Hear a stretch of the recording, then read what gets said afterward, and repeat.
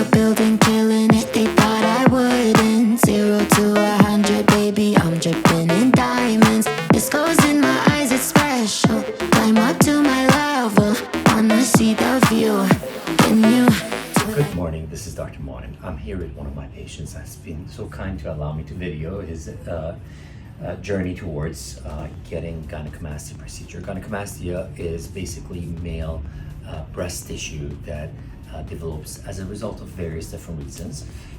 But in this gentleman, he didn't have any particular reasons. And he has tissue that makes him uncomfortable, makes him self-conscious, and he's thought about this for a long time. He's now in his 30s and he finally wants to do something about it. And I want to try to bring your attention to what's going on over here. And he's got what some people say grade 2 gynecomastia. The grading system is really for us physicians, but for the purpose of what our patients suffer with is usually fatty tissue and then glandular tissue. Glandular tissue is basically a gland, a breast gland, and it has nothing to do with fat. You cannot suck out glands. You have to actually excise the gland.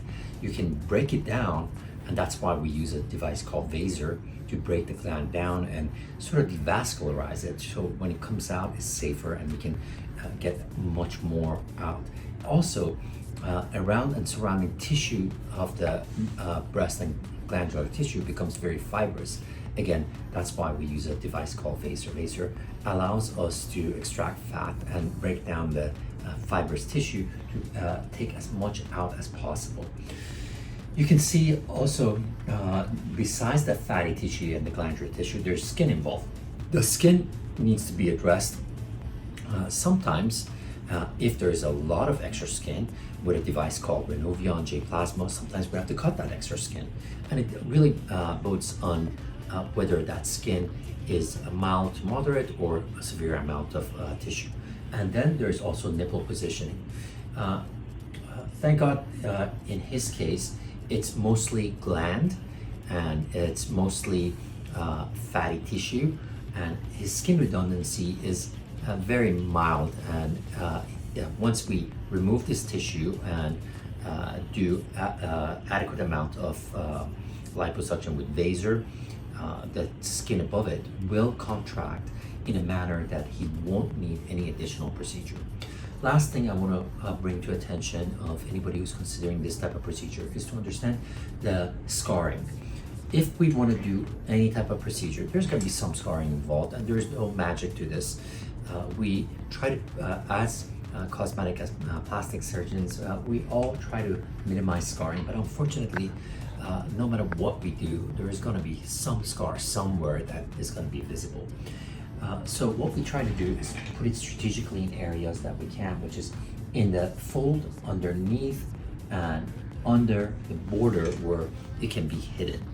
And in his case, what we're going to do is first we're going to Vaser and break down the gland, and then we're going to liposuction using micro-air, which is a mechanical liposuction system, and extract all the fat below this line, and that's going to bring everything down. Then the glandular tissue, which looks like a little ball under the tissue, and you can see how big his gland is. It's really this size. I can actually palpate it. I can feel it. I'm going to go in and excise that gland.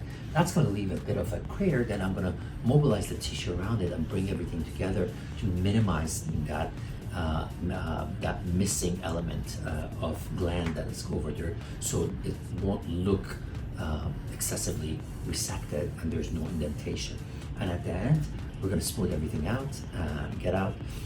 Typically with this type of procedure, I don't put any drains unless there's excessive amount of that space that needs to be addressed, and then I'll put a drain. Or if the surgery, as we surgeons like to say, is juicy, that means there's a lot of fluid and small amount of bleeding vessels that we have addressed, but we feel like it needs to have a better control, then we would put a drain. Thank you for joining us. Today we have a gentleman who is 32 years old and has been dealing with gynecomastia all his life. and he's finally want to do something about it and get rid of the excess breast tissue in his chest and be able to wear the shirt and the clothes that he wants and go to the beach and be free of this issue. So what we're going to do first, we're going to liposuction the chest with using laser technology. Laser technology is specific and it allows melting the fat away from the fibrous tissue and breaking down the fibrous tissue and devascularizing the gland. Then we go in and we cut the gland out, and then we repair the hole that the gland has created. And subsequently, we're going to smoothen everything out and come out. What we're going to do is we're going to laser liposuction and remove all the excess fatty and fibrous tissue, and then we're going to cut the gland out. Stay tuned. So this is what laser liposuction is. The tip of this device has 5 rings. These rings basically vibrate at a high frequency, acting like a little, almost like a tornado in the tip of it. It creates a vortex that melts away the fat and separates the tissue, and allowing for all the fat to be extracted without significant peripheral damage to the tissue.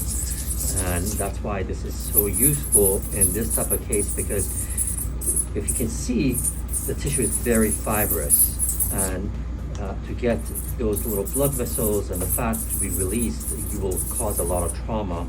But with this device, you minimize the trauma, minimize the blood loss, and allow for the gland to be separated from its native tissue and to be excised in a safe way. Like that, kiss it like that, making it last fast. Bring it right back, wear it like that, move it like that, like it like, do it like that, kiss it like that. So we have just completed the full liposuction, laser liposuction, and then we did gland reduction and excision, and then we close everything up, and you can see nice flat chest with excellent contour. You no longer see the breast tissue that was previously making this patient concerned. Thank you for joining. Like that.